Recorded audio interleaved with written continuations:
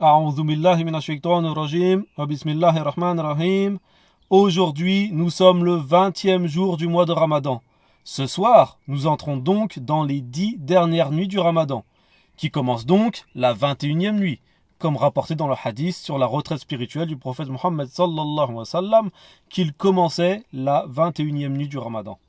Et pour cela, nous faisons une pause sur les rappels sur la foi au destin, chapitre qui n'est pas fini, car il reste encore beaucoup à dire, et même des notions très très importantes sur le destin qui vont venir compléter ce qu'on a déjà commencé à dire. Mais nous faisons donc une pause aujourd'hui pour faire un bref rappel sur le comportement du prophète Mohammed sallallahu alayhi wa sallam pendant les 10 dernières nuits du Ramadan. D'après Aïcha radhiyallahu anha, lorsqu'arrivaient les 10 dernières nuits du Ramadan, le prophète Mohammed sallallahu alayhi wa sallam veillait ses nuits en prière, réveillait sa famille et serrait fermement son pagne. Veillait ses nuits. Le prophète Mohammed sallallahu alayhi wa sallam, durant le Ramadan, partageait ses nuits entre ses prières de nuit et son sommeil. Mais lorsqu'arrivaient les 10 dernières nuits du Ramadan, il ne dormait plus et passait l'intégralité de ses nuits en prière et en adoration. Comme cela est rapporté dans un autre hadith de Aïcha radhiyallahu anha, dans lequel elle explique que le prophète Mohammed sallallahu alayhi wa sallam partageait ses nuits entre prière et sommeil durant les 20 premières nuits du Ramadan, puis veillait ses nuits entières en prière durant les 10 dernières nuits. Réveillait sa famille. C'est-à-dire que lorsqu'arrivaient les 10 dernières nuits du Ramadan, le prophète Mohammed sallallahu alayhi wa sallam réveillait sa famille au dernier tiers de la nuit pour qu'il puisse prier et ainsi obtenir cette énorme récompense. Serrait fermement son pagne. Cela veut dire qu'il s'abstenait des relations sexuelles et comme rapporté par ses épouses, il dormait habituellement avec son pagne et torse nu. Et bien que les relations sexuelles sont permises pendant les nuits du Ramadan, et même pendant les 10 dernières nuits, le prophète Mohammed sallallahu alayhi wa sallam, lui, s'abstenait de ce droit durant ces 10 dernières nuits afin de se consacrer exclusivement à la prière. Aujourd'hui, cela fait 20 jours que nous jeûnons. La fatigue se fait ressentir, aussi bien physiquement que moralement. C'est donc tout naturellement que nous sommes tentés de ralentir et de se ménager. Ici, nous apprenons que ces 10 dernières nuits sont au contraire l'occasion d'accélérer dans cette dernière ligne droite, de redoubler d'efforts et d'être encore plus attentif aux sagesses du Ramadan, de se rapprocher du Seigneur par l'adoration encore plus ardemment. Et cela, le fait d'accélérer dans la dernière ligne droite, est une grande leçon de vie qui s'applique à énormément de domaines de la vie courante, et qui est l'attitude la plus bénéfique dans toutes les situations. Tu fais quelque chose, tu as fait beaucoup. Tu fais quelque chose, tu mets quelque chose en place, tu as fait beaucoup d'efforts et de sacrifices. Et maintenant que tu arrives à la fin, c'est là qu'il faut mettre un bon coup d'accélérateur jusqu'à la ligne d'arrivée. C'est donc, pour nous, la dernière occasion pour le jeûneur de redoubler d'efforts dans les prières nocturnes, les lectures du Coran, le dhikr, les invocations, et cela particulièrement durant le dernier tiers de la nuit, les dons, les sadaqat, et les bonnes actions en général. Car une fois le Ramadan terminé, et cette magnifique occasion passée, qui sait s'il sera encore vivant le Ramadan prochain pour retrouver une telle opportunité. Qui sait s'il sera en bonne santé lors du prochain Ramadan, ou bien atteint d'une maladie qui l'empêchera d'accéder une nouvelle fois à cette immense bénédiction que sont les 10 dernières nuits. Profitons alors de cette belle occasion, tant qu'elle nous est présentée, et n'attendons pas pour œuvrer dans le bien. Là encore, quelle magnifique leçon de vie. La nuit du destin. Les 10 dernières nuits du Ramadan contiennent également la nuit du destin, qui est la meilleure nuit de l'année pour le croyant. Allah dit dans Surat Al-Qadr, la destinée, nous l'avons certes fait descendre, le Coran, pendant la nuit d'Al-Qadr. Et qui te dira ce qu'est la nuit d'Al-Qadr? La nuit d'Al-Qadr, c'est-à-dire la nuit du destin. La nuit du destin est meilleure que 1000 mois. Durant celle-ci descendent les anges ainsi que l'esprit par permission de leur Seigneur pour tout ordre. Elle est paix et salut jusqu'à l'apparition de l'aube. D'après l'exégèse de At-Tabari et l'exégèse de Ibn Abbas, les œuvres accomplies durant cette nuit, prière, invocation, dhikr, lecture du Coran, etc., sont meilleures que si elles avaient été accomplies pendant 1000 mois. Essayons d'imaginer un peu. Celui qui passe la nuit du destin en adoration sincère, c'est-à-dire en lecture, en prière, en invocation, en dhikr, etc., alors il lui sera compté comme s'il avait passé 1000 mois dans cet état d'adoration. 1000 mois correspond à un peu plus de 83 ans. Combien de personnes peuvent prétendre avoir vécu 83 ans sur Terre? Et parmi toutes ces personnes qui ont vécu 83 ans ou plus sur Terre, combien d'entre elles peuvent prétendre avoir passé 83 années entières de leur vie en adoration, en prière, en lecture du Coran et en évoquant Allah?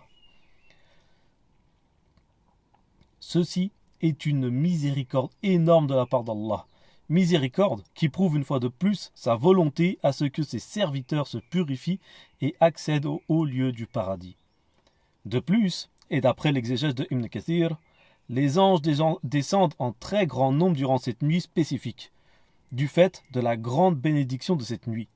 Et ils descendent avec la bénédiction et la miséricorde, de la même façon qu'ils descendent habituellement lors de la psalmodie du Coran, et lorsqu'ils entourent la gorge de celui qui fait du zikr, des évocations, ainsi que lorsqu'ils abaissent leurs ailes sur l'étudiant en sciences par révérence envers lui. Soyons de ceux qui prient la nuit, soyons de ceux qui psalmodient le Coran, soyons de ceux qui multiplient le zikr, soyons de ceux qui étudient la science religieuse. Qu'Allah nous accorde ses privilèges et qu'il fasse que nous soyons parmi ces gens-là. Dites Amin. Quand est la nuit du destin? C'est quand? La nuit du destin est une seule nuit parmi les 10 dernières nuits du Ramadan. Il y a des savants qui ont cherché à savoir laquelle c'était exactement, en se basant sur des hadiths. C'est pour cela que nous avons plusieurs avis. Certains ont dit que c'est la 21e nuit, d'autres ont dit que c'est la 27e nuit, d'autres ont dit que c'était une nuit impaire.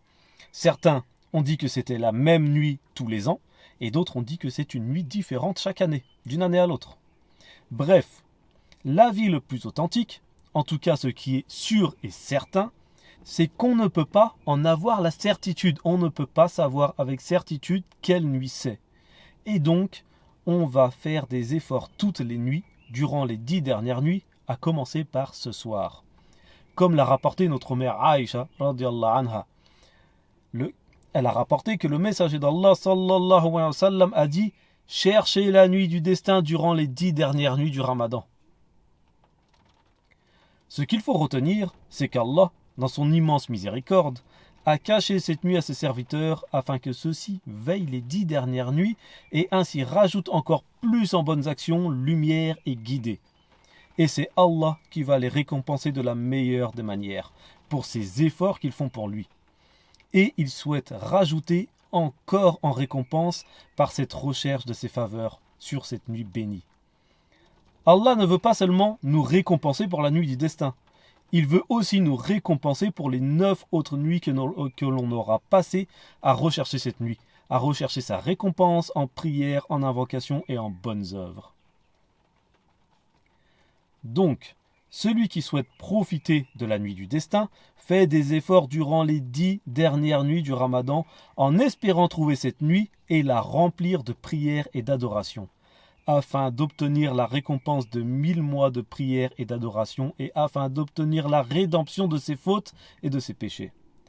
D'après Abu Huraira, radiallahu anhu, le messager d'Allah sallallahu alayhi wa sallam a dit « Celui qui jeûne le Ramadan avec foi et en recherchant la récompense d'Allah, ses péchés antérieurs lui sont pardonnés.